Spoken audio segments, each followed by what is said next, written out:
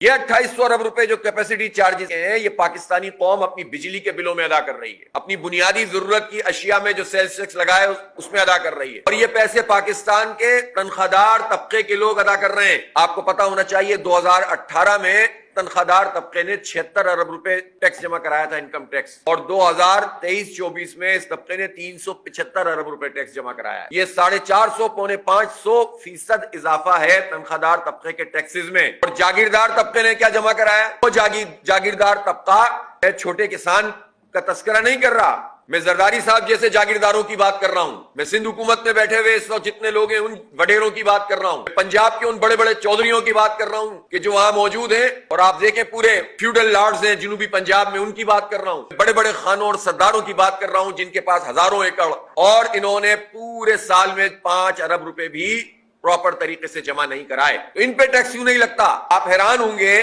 سندھ کے بجٹ کا ٹیکس لگایا گیا ہے جاگیروں کے اوپر وہ 0.02%، جو 6 ارب روپے بھی نہیں بنتا، جو ابھی انہوں نے لگایا ہے وصول وہ بھی نہیں ہوتا، اور پنجاب میں یہ تو 4-5 ارب روپے بھی نہیں ہے، 0.07% انہوں نے اپنی آمدن کا لگایا ہے۔ تو ان دو بڑے صوبوں نے 0.02 اور 0.07% جاگیرداروں کے اوپر لگایا ہے، جبکہ تنخواہ طبقے سے یہ بھی اتنا وصول ظاہر مرکز میں ہوتا ہے تو صوبوں کو ملتا ہے۔ 18ویں ترمیم کے بعد اس سے آپ اندازہ کر سکتے ہیں کہ مڈل کلاس کو تباہ کر رہے ہیں، غریب کو تباہ کر رہے ہیں، برباد کر رہے ہیں، اور ٹیلی فون میں کال لگا دیے جناب ریلیف دے رہے ہیں، وہ بھی سننا پڑے گا، اور وہ بھی کہ الیکٹرک کا نام KSE۔ شہباز شریف کو پتہ ہی نہیں ہے کہ 19 سال گزر گئے، بلکہ یہ اس کو سارے 10-12 سال ہوئے ہیں کہ الیکٹرک کا نام ہوئے نام بھی صحیح نہیں لیا انہوں نے۔ کراچی سے ان کے ماشاءاللہ محبت کا آ کے گانا ہی گا کر گئے تھے ایک دفعہ، باقی تو انہوں نے کراچی کو کیا دیا ہے آج تک۔ کہنے کا مقصد یہ ہے کہ یہ جو طبقہ ہے یہ مڈل کلاس، متوسط طبقے اور غریب کو کل کر رہا ہے۔ 3 مہینے کے لیے انہوں نے کہا کہ ہم ریلیف دے رہے ہیں 200 یونٹ والے، لیکن 201 یونٹ والے کا کیا قصور ہے بھائی؟ 200 یونٹ تک